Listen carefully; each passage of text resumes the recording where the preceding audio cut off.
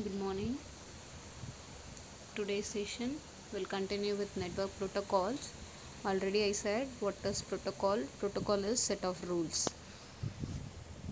In network, if we are going for already we discussed what is computer network.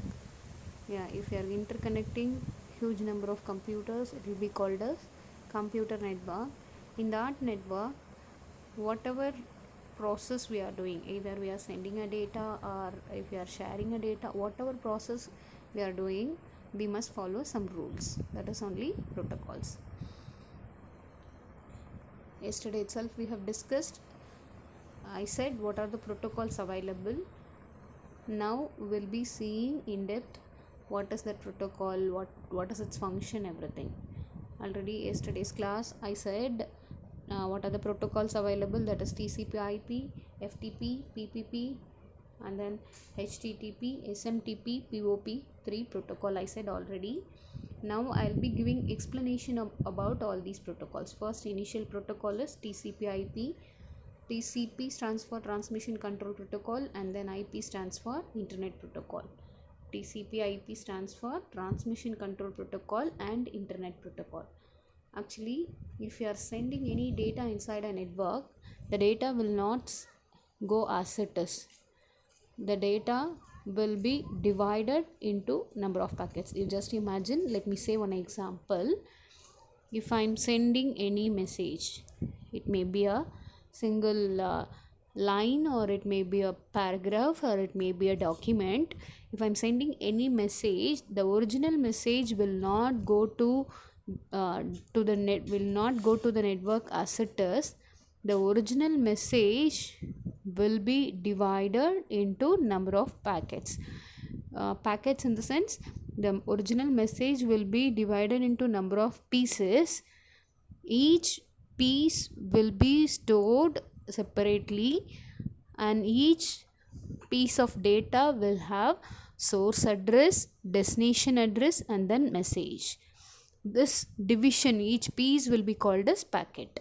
I hope you will be understanding. So whenever we are sending any data inside a network from source to destination, before going inside the network, the original message will be divided into number of packets. That packets only will be going inside the network. That too will not go in a single way. Will have n number of ways. It will be selecting any way. I'll for that also let me say one example. If I am sending any SMS from one mobile to another mobile, that SMS will not go as it is. That SMS, that entire message will be divided into number of pieces, and then it will be called as packet. That packet only will be going inside the network. How it will be reaching? It will be selecting a path. It will be selecting the nearby tower which is convenient. That tower will be selected, and that data packet will be going in a particular tower. We cannot find and we cannot decide which way, which tower that particular message should go, which is convenient, which is near. That tower will be selected, and it will be going inside the network. This is a thing will be happening. And then similarly, nearby tower, any nearby tower will be selected automatically. We cannot do anything in that, and then it will be selecting a perfect way, and it will be reaching to the destination. This is a thing will be happening in case of our network also. If I'm sending a message, the original message will be divided into number of packets, and then each packet will have source address, destination address, and then information, and then it will be sending inside the network. And any route, any path will be selected automatically, and it will be going inside the network. Finally it will be reaching to the destination. In destination also, all packets will be combined and will be getting a original message. That is, all packets will be assembled. Actually reassembling process will happen, and after reassembling we'll be getting a original message. In destination side also this process will happen. I hope you will be understanding how data will be transferring from one place to, that is source to destination in case of our network. Now we'll come to the protocol. Everyone understood, I hope. Original message will not go inside the network as it is. It will be divided into number of packets, that each and every packet will go in different ways. Finally it will be reaching to the destination. In destination, all packets will be arranged or assembled, and finally original message will be reaching to the destination. Now we'll see what are the protocols will be activated in case of these conditions. First, initially, TCP, Transmission Control Protocol. This TCP protocol is for just dividing the packets, original message, into number of packets. TCP will be taking care of dividing the original message into number of packets. And then IP, Internet Protocol, when it is dividing into number of packets, TCP will be enabled automatically, and it will be verifying all the rules and regulations. If all the rules and regulations are satisfied, then that packets will be sending into the network. Similarly, in destination side also will have TCP for reassembling the packet. Hope you will be understanding. So TCP will be taking care of dividing the original message into number of packets, and similarly in destination side, assembling of all the packets for framing, that is reassembling the packets, and it will be giving original message in the receiver side. Sender side dividing, receiver side reassembling the packets, and it will be framing the original message. And then you want to understand one thing. I said already, TCP divides the larger packets to transmit into the smaller data packets. This what is that? Larger packets, original message will be called as datagram. I hope you will be understanding. Next we'll move on to the next protocol, Internet Protocol. Yeah, our packets are divided, our packets are ready to send into the network. Who will be taking care of routing the packets? Our IP, Internet Protocol. Internet Protocol is responsible for providing address of each computer and performing routing. Each packet is assigned with destination IP address. As I said already, at the time of dividing a packet itself, along with the original message, each and every packet will have sender address, that is source address, and receiver address, that is destination address. So each and every packet will have four things. One is source address, that is sender address, and then receiver address, that is destination address, and then original message along with this packet number. So this IP will be providing address of each computer and performing routing. It will be providing address of each and every computer, and as well as I hope you would have heard this word IP address. IP address means each and every computer will have a unique address throughout the world. Throughout the world, each and every computer, whichever computer it is present, it is coming under the concept of networking. Each and every computer will have Internet Protocol address, that is unique address.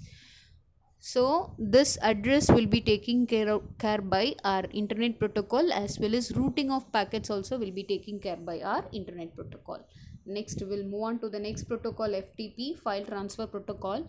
Whenever we are transferring any file inside a network, it may be a document, or it may be a PDF, or whatever it may be, an image, whatever file we are transferring inside the network, our FTP will be enabled automatically, and it will be checking whether all the criteria are obeyed or followed for sending a particular file inside the network. And then the main important thing I want to discuss at this time, I don't know whether you know what is web server. I don't know whether you know about web. At this time I want to discuss one important thing to you people, that is do you know how data will be uploaded to a web server? That is, just consider a website, how websites will be created, how data will be uploaded inside the website. I don't know whether you people are aware of all those things or not. Okay, even if you don't know, you just listen me, you'll be understanding few things from this. See, just imagine we have just our RD International School website will consider. If you are taking our website, first initially we'll be buying a domain, or a domain in the sense we'll be using our domain as like .in, rdschool.in we are using, right? https://rdschool.in. If you are taking https://rdschool.in, that is an URL. In that URL we are using rdschool.in, that is called domain. That is a name which will be used for accessing a particular server. Okay, that is only domain. rdschool.in is a domain. https://rdschool.in is an URL, uniform resource located, that is address of a particular website. Then now just we are using a name to access a particular thing. Where the data will be stored? Actually the data will be stored in a web server or a host. We'll be calling it as host or a server. In server only we'll have all the content. In our local computer we'll be storing all the content in our hard disk. At the time of accessing our local content, we'll be giving https://localhost dot something about .html, like that we'll be giving. Localhost /about .html will be giving to access a particular offline web page. But if we are going for online, we should upload the offline data. Offline data in the sense what data we have inside our hard disk should be uploaded to the online, that is to the server or a host, which it's also a memory location which can be accessed throughout the world. If I'm storing in anything inside my computer, that can be accessed only within that computer. I cannot access everywhere. If I need to access that everywhere, I should upload the data to the server. That is server in the sense or host. Okay, server is otherwise called host. You don't get confused of server and host, both are same only. We should upload our data to the host, that is cloud memory. That memory can be accessed anywhere throughout the world. Anyone can access that memory, that is only host. Now you just imagine I am designing a HTML program in our local host, that is in my local computer. Now I need to upload that data to the server. How will I do? With the help of FTP client software. With the help of FTP client software only I can do this. The famous FTP client software is FileZilla. If you are installing FileZilla, with the help of this FileZilla software, we can upload the data from local computer to the server. I hope you will be understanding. We are uploading the file from local computer to the server machine. Now at this time, FTP protocol will be enabled in our local machine automatically, and it will be verifying whether that file is eligible to upload or not, all those things. So it allows transferring of, actually FTP stands for file transfer protocol. It allows transferring of files from one system to another, like uploading a file from local machine to web server using FTP client like FileZilla, etc. Similarly, FTP offers three certain advantages. It is useful to transfer files from one network to another. It is an effective way to get a geographical dispersed group to cooperate on a project. It is a popular way to update website. It is not just name of protocol, but also the name of program or command by typing FTP followed by another site and press enter key. If you need to get just detail, or if I need to get some description about the FTP protocol. In comment prompt, if you are typing FTP followed by some website name, you'll be getting what are the files uploaded, what are those things present related to that, you can get it. I hope you will be understanding the importance of FTP protocol. Next protocol is point to point protocol. Before going to this point to point protocol, you just understand one more protocol, SLIP, serial line internet protocol.